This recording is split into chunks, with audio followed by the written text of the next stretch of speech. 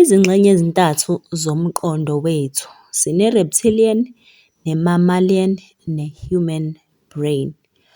Lokhu-ke kuwumqondo wethu, kanti umqondo akuyona into esimpuli, yinto enezigabagaba, inamaleya ngamaleya. Yenzeka-ke over iminyaka njengoba silokhu si-reincarnate-a nje, yenzeka over iminyaka ngokwey'teji ey'hlukahlukene over millions of years kwi-evolution yethu-ke. Ileya ngayinye-ke inomsebenzi ohlukile, kanti-ke ndawonye kwenza indlela esicabanga ngayo, indlela esizizwa ngayo, nendlela esenza ngayo izinto. Lamaleya-ke siwachaza kanjena-ke, i-reptilian brain, i-mammalian brain kanye ne-human brain esiyibiza nge-neocortex. Awahlukene, ahlangene ngendlela asebenza ngayo, asebenza ayi-system eyodwa emqondweni.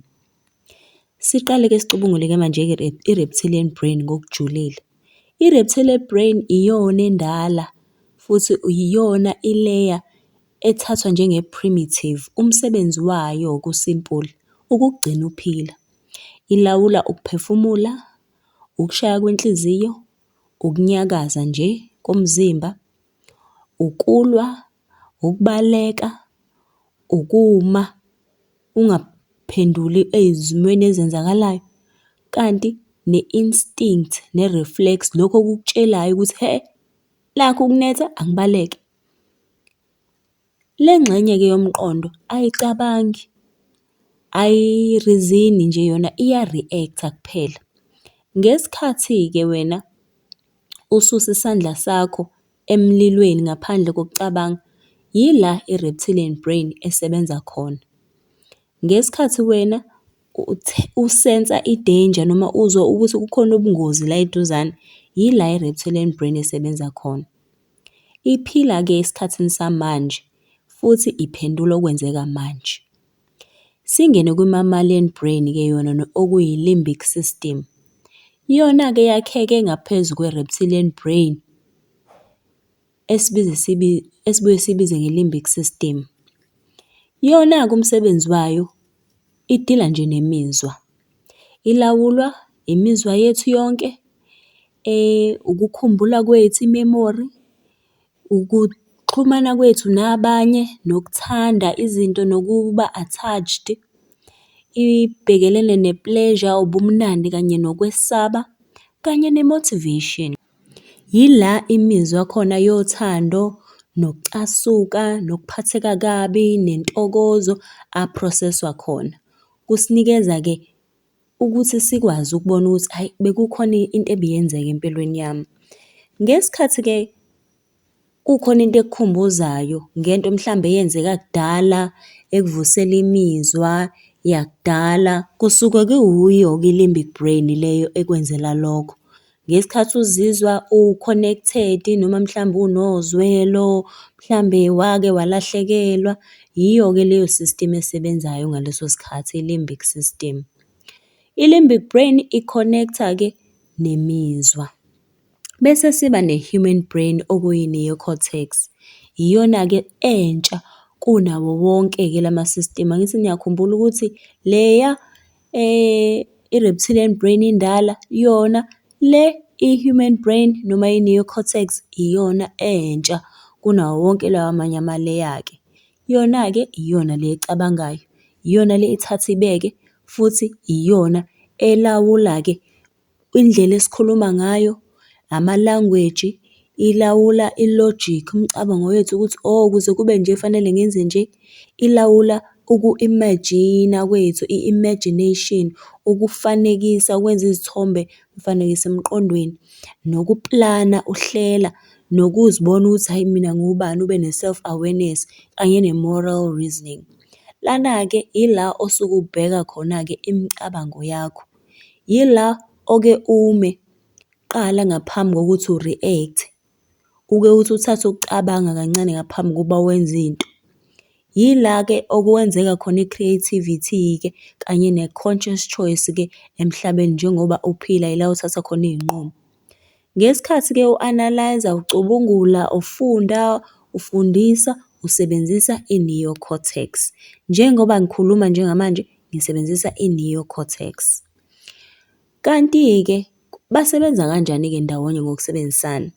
Lezi iy'ngxenye-ke ey'ntathu zama-system omqondo zihlezi zi-communicate-a, zihlezi zikhuluma ndawonye. Mhlambe kwenzeka isimo, i-reptilian brain iyabuza ukuthi ngabe ngiphephile? I-limbic brain yona iyibuza ukuthi ngabe ngizizwa kanjani ngale nto? Kanti i-neocortex yona iyazibuza ukuthi, hawu, lokhu kusho ukuthini? Kanti kufanele ngenze njani? Ngesikhathi-ke lezi iy'ngxenye ezingezansi zomqondo kuyizona ey'dominate-ayo ey'thatha indawo enkulu, impilo yakho uyizwa engazuthi uhlezi u-react-a. Ngesikhathi sonke wena uma kuthiwa kwenzeka ukuthi usuyaphendula, uma kuthiwa kwenzeka ukuthi usunengxenye ofanele uyithathe kuleso simo.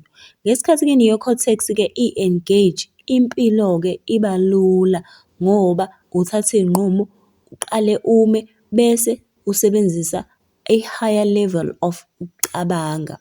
Kubalulekile ukuthi sibhalansise-ke ukusebenzisa kwazo zonke-ke lezi iy'ngxenye zomqondo wethu. Kubalulekile ukuy'qonda zonke-ke lezi iy'ngxenye zomqondo ngoba uma sizi-understand-a sizokwazi uku-act-a ngendlela efanele. Yikho i-nervous system yethu kufanele sihlezi si-regulator, senze sure ukuthi i-neocortex iyona elawula izenzo zethu noma i-behaviour yethu. Ngesikhathi-ke sihlaselwe mhlambe imicabango, kuzofanele ukuthi sicabange ngezinto ezifana njengokuphefumula. Yikho ukuphefumula kubalulekile empilweni yethu, nokuphumula, mhlambe noku-meditate-a, nokuthandaza. Konke lokho kungaba izinto ezizo-restore-a ibhalansi phakathi kokusebenza komqondo wethu. Singekho nje technical lezo zinto yizona ezizokwenza ukuthi umqondo wakho ukwazi ukuthi usebenze ngendlela efanele. Ngoba ngesikhathi umoya wakho uphansi, ungahefuzeli, ama-systems wonke aholelana kwi-higher awareness ezokwenza ukuthi uthathe iy'nqumo eziphusile.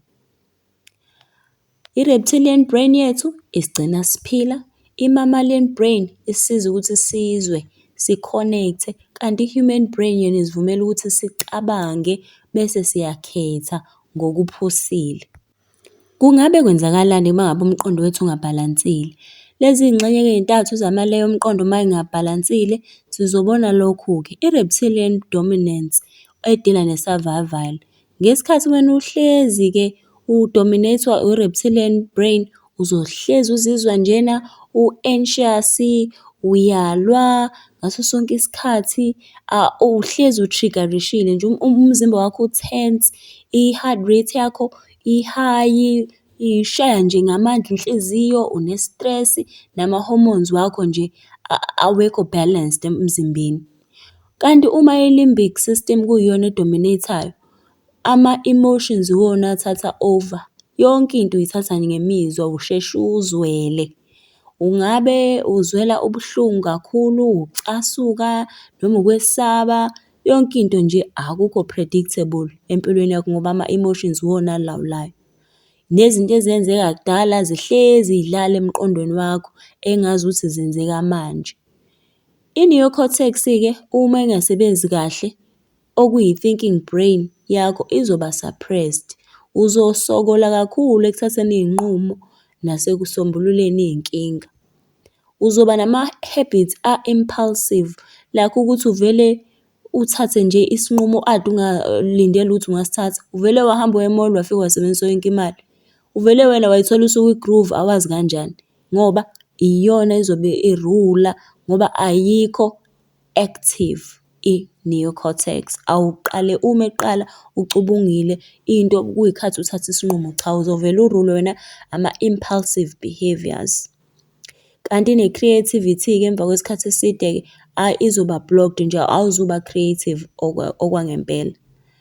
Iy'nkomba-ke zokuthi awubhalansile, uhlezi ucabanga, imicabango yakho nje ihlezi ikuhlasela, uhlezi unama-emotional outburst wena noma ube numb. Uhlezi nje une-tension, ukhathele, awukwazi ukulala kahle, awukwazi uku-concentrate-a. Kanti-ke kungabe kuba kanjani-ke uma ngabe une-balance? Umqondo wakho-ke uzoba balanced kulezi ngxenye ey'ntathu ngokuthi usebenzisane ndawonye in harmony. I-reptilian brain ekugcina uphephile ngaphandle koku-overreact-a. I-limbic brain izokuvumela ukuthi uzwe imizwa yakho ngaphandle kokuthi ikulawule leyo mizwa yakho. Kanti i-neocortex yona izokugayida uma uplana, uhlela iy'nqumo oy'thathayo ngaso sonke isikhathi. Sikubona ngani-ke uma u-balanced, ubonakala ngokuthi nje ube calm ngaso sonke isikhathi. Noma kune-stress, in a stressful situation, wena nje ayi umoya wakho nje awuthathwa yilezo zimo zey-stress. Uyakwazi ukucabanga kahle, u-focus-e i-attention yakho ey'ntweni okufanele uzenze. Futhi imizwa yakho i-stable and i-flexible. Awulokhu nje ungaziwa noma ucasukile noma awucasukile. Ama-actions wakho ney'nqumo oy'thathayo ziyabonakala ukuthi hhayi uwuthathe ngenhloso. Kungabe yini-ke eyenza ukuthi singabhalansi? Izinto ekufanele siy'qaphele ukuthi ukuze singabi abantu abangabhalansile, iziphi izinto ezenziwayo ama-elite ukuze sizohlezi singabhalansile? Okokuqala, uma uhlezi wena une-stress njalo, lokho kwenza ukuthi u-survival wakho ube active. Abantu abahlezi becabanga imali ngaso sonke isikhathi, bacabanga ukuthi isikhathi nje siyaphela, awuboni ukuthi wena usemuva, isikhathi sesihambile, u-respond-a kakhulu kuma-fear based messaging. Ngabe izinto ey'shiwoyo, iy'memezelo zikahulumeni, ama-message asey'tolo, yonke nje leyo nto. Uba unstable uma ngabe uhlezi wena une-stress. U-reptilian brain wakho uhlala u-switched on ngoba wena u-expose umqondo wakho kulezi iy'tresi. A stressed nervous system iya-react-a, isikha i-short term relief. Yikho uzogcina uphuza utshwala ngoba ufuna into ezoku-relieve-a kwaleso sikhashana. Uzophinde futhi kube nzima ukuthi ukwazi uku-access-a your higher thinking. Okunye kwesibili-ke, i-emotional stimulation, okuyiyona le ezokwenza i-limbic system yakho ibe overwhelmed, isebenze ngokweqile. Kanti-ke uhlelo lwe-social media esiphila kuyo ne-media nje jikelele, ihlezi ifuna ukuthi nje ube nento oyizwayo ezokuphatha kabi. Iku-trigger-rishe ukwesaba noma ube nento oyithandayo, usuyahalela. Ngaso sonke isikhathi nje i-attention yakho yibona abahlezi beyidonsa. Lokho kwenza ukuthi i-limbic emotional brain yakho ihlezi i-overstimulated. Ngesikhathi-ke imizwa yakho iphezulu, lokho kuwukucabanga kuyehla. Uhlezi nakhona ube ne-impulsive behaviour nje, iyanyuka i-impulsive behaviour. Uzoyithola wena ngoba ubone into kade usufuna ukuyithenga. Zonke izinto ey'khona nje ufuna ukuba nazo. Ngesikhathi-ke abantu behlezi be-emotionally reactive, esikhundleni sokuthi bethathe iy'nqumo ngokuphusile, baba out of i-balance. Okunye-ke ama-distractions. Ama-distractions enza i-neocortex ukuthi ibe weak. Ngesikhathi-ke wena i-neocortex yakho le kufanele ngabe iyacabanga, ivele ithule. I-neocortex idinga ukuthula, idinga i-focus, idinga i-reflection, idinga isikhathi. Kodwa-ke iy'khathi esiphila ngaphansi kwazo noma i-system yona igqugquzela nje ukuthi abantu behlezi be-scroll-a, behlezi bekwizinto ezizobanikeza i-short attention span, ukubukela ama-advert-i, umsindo noku-multitask-a. Ngesikhathi-ke wenza zonke lezi zinto, kwehlisa-ke indlela okwazi ukucabanga ngayo ngokujulile nokuzibukisisa kahle wena kanye nokuplana izinto ze-long term. Hhayi ngoba abantu abakwazi, kodwa ingenxa yokuthi le-environment esiphila kuyona ayiyi-support-i i-high level oyokuthatha iy'nqumo. Lokho kuzo-result-a-ke kwi-imbalance. Ngesikhathi umqondo wethu ungekho balanced-ke, ama-survival instincts iwona a-dominate-ayo, imizwa iya-fluctuate-a up and down, abantu abakwazi ukuthatha-ke iy'nqumo eziphusile-ke. Kubalulekile-ke ukuthi siphume kulezi zinto-ke, how to balance ama-layers omqondo. Regulate i-nervous system yakho. Izinto ey'lula ongazenza ukuphefumula ngokujulile, slow breathing. Ukuthatha-ke i-walk, uhambahambe, ukuphumula nje ulale, uhlale nje uphumule, ube ne-awareness yomzimba wakho. Ngesikhathi-ke u-calm, i-reptilian brain iya-restore-reka, iregulate-ke nomzimba wakho. Okwesibili, esikhundleni sokuthi-ke imizwa yakho uyigcindezele, ikhulume. Ngizizwa ngithukile. Uyizwe leyo mizwa ngaphandle kokuyijaja bese uyayiyekela idlule. Ungavele nje wena uthuke emva kwalokho uwenze engathi akwenzanga ngalutho. Yisho ukuthi, hawu, lesi simo siyangithusa. Bese-ke okunye okwesithathu esingakwenza-ke ukuzivikela-ke makuza kwi-attention yethu nezinto esiyicabangayo. Kulimithe noma kwehlise ngempela ukuhlezi u-stimulated wena. Create iy'khathi la ozoba khona nokuthula, mhlambe ufunde, u-reflect-e, ubheke nje ubuyekeze impilo yakho. Bese wenza lento esiyibiza nge-intentional learning, ukuthi uyabona ngizongena ku-TikTok ngifunda ngama-chakra. Ngizongena ku-TikTok ngifunda ngama-levels of consciousness. Ngizongena ku-TikTok ngifunde ngo-natural law. Ube intentional, ungangeni ku-TikTok nje u-scroll-a wenza anything umqondo wakho okuholela ukuthi uyenze, ngoba umqondo wakho uzokhetha lokhu okumnandi futhi lokhu okulula okungathi shu. La e-South Africa siphila ngaphansi kwezimo ezihlezi zisifakela i-stress. I-stress leso asikho just personal, si-systematic, sikudaliwe kanjalo ukuthi sibe kanjalo ngenhloso. Lezi zinto-ke zizokwenza ukuthi ku-activate-ke u-survival no-emotional pathway y'ngqondo zethu okuzosigcina si-out of i-balance. Ngesikhathi uhlezi wena une-stress, u-activate u-reptilian brain wakho. I-reptilian brain uhlezi uskena ufuna yonke into engaba yingozi. Ngesikhathi-ke wena une-stress esiphezulu, i-reptilian brain iyona ethatha over-ke ukusebenza komqondo wonke. Uma nje kune-load shedding, uyapheka wena, i-Wi-Fi yakho iyehla, ama-lights ayacima, uyaqala manje ube ne-anxiety, usuba ne-stress. Emva kwalokho uyashesha nje ucasuka yonke into manje isiyaku-irritate-a.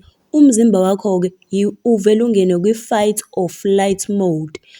Noma ngabe-ke ayikho into eyi-danger ekhona engakwehlakalela, uvele ube nokwesaba. Bakhona nje nabantu abesaba ukuthi kumnyama nje, bacabanga ukuthi manje sekuzongena otsotsi, zonke lezo zinto ngenxa nje ye-load shedding. Kuba nama-traffic jam ey'ndaweni ey'ningi ngenxa yokuthi abantu mhlambe umgwaqo awulungisiwe, zonke lezo zinto. Mhlambe usu-late ebugqilini bakho, bayahutha abantu, namatekisi ayahutha, abantu bayaphushana. I-reptilian brain yakho iya-react-a-ke nge-stress ne-impatience. Ngesikhathi ubukele zonke iy'ndaba zey'gebengu, uhlezi wena ubukela iy'ndaba, abantu ama-robberies awenzekile, ama-hijacking, umqondo wakho nje uzoskena i-danger, okuzokwenza i-nervous system yakho ihlezi ikwi-edge. Noma ngabe isidingo asikho, noma ngabe usekhaya uphephile wena, kodwa ngenxa yokuthi ubheke lezi zinto, uyayibukela ngabe efonini, ngabe emaphepheni la ofunda khona, ko-newspaper, ngabe ubukela ey'ndabeni, lokhu okwenzakalayo ema-TV. Zonke lezo zinto zi-activate-a i-reptilian brain yakho ezokwenza ukuthi u-act-e ngendlela engekho right. Noma ngabe use-KZN, wena uzobukela la ku-social media ukuthi mhlambe kuyatelekwa koKhayelitsha kwezinye iy'ndawo ey'kude kwamanye ama-province. Mhlambe ubuka kuma-reels, mhlambe ku-Facebook nama-accident awenzakalayo. Lokho okuzokwenza ukuthi wena ube nokwesaba. Ufunda ama-status kuma-WhatsApp a-forward-iwe, nakho kuzokwenza ukuthi-ke ku-exaggerate ubugebengu. Ufunda into eyenzeke komunye umuntu ade exoxe ngayo, noma le nto esithi thina siya-update-ana sifake ama-status. Abantu ngesikhathi befunda lezo zinto ku-trigger-risheka ingqondo yomuntu, i-limbic brain, ezokwenza ukuthi mhlawumbe umuntu acasuke noma abe nokudangala okuthize.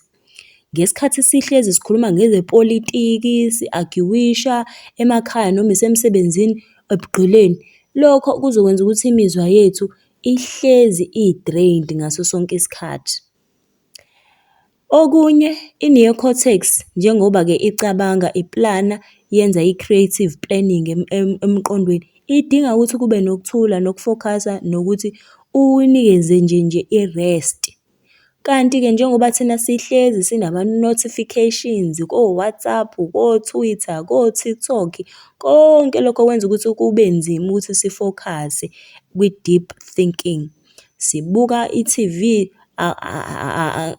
awunasikhathi nje, awuzenza ukuthi ama-hour spend e-T_V mangaki.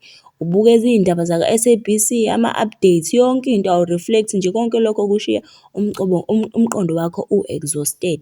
Noku-multitask-a-ke while usebenza ekhaya nasebugqilini bakho, uyapheka, usiza iy'ngane nge-homework, uphendula ama-emails, konke lokho kwenza ukuthi ungabi nayo i-clarity emqondweni, neyo-cortex yakho iba suppressed, ungakwazi ukuba ne-critical thinking. Iphele nje nya, ugcine nje usuyisidomu somuntu esingakwazi ukuthatha iy'nqumo ey'phusile. Ukuphindaphinda-ke wonke lama-habits kuzokwenza ukuthi kube nomthelela omubi ngokuhamba kwesikhathi. Ngesikhathi sesikubona-ke lokhu ey'mpilweni zethu, mhlambe wena usekhaya, i-load shedding, ama-light ayacima, i-Wi-Fi ife.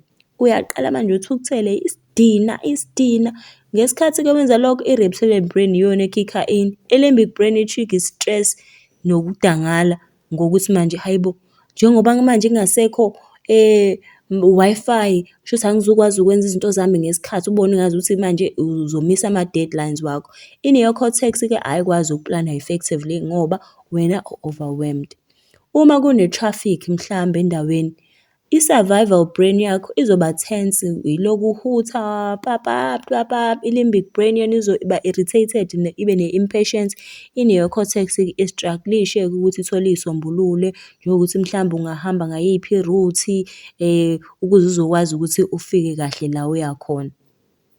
Njengoba sihlezi siko-social media nasey'ndabeni ngaso sonke isikhathi, i-limbic brain iya-react-a emotionally to iy'tori lezi zobugebengu nepolitiki. I-reptilian brain ithathe yonke lento njengengozi enkulu, konke ama-headline ashiwoyo. I-neocortex-ke yona iyathola du, ungakwazi ukuba ne-capacity yokucabanga kahle.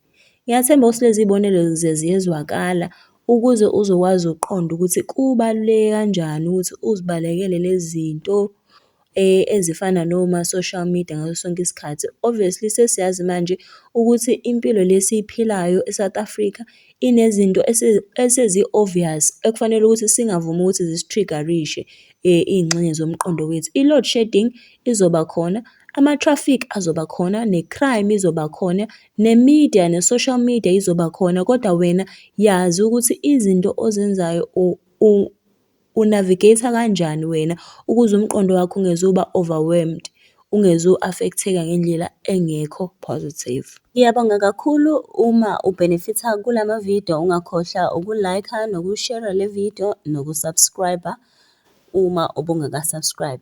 Thank you.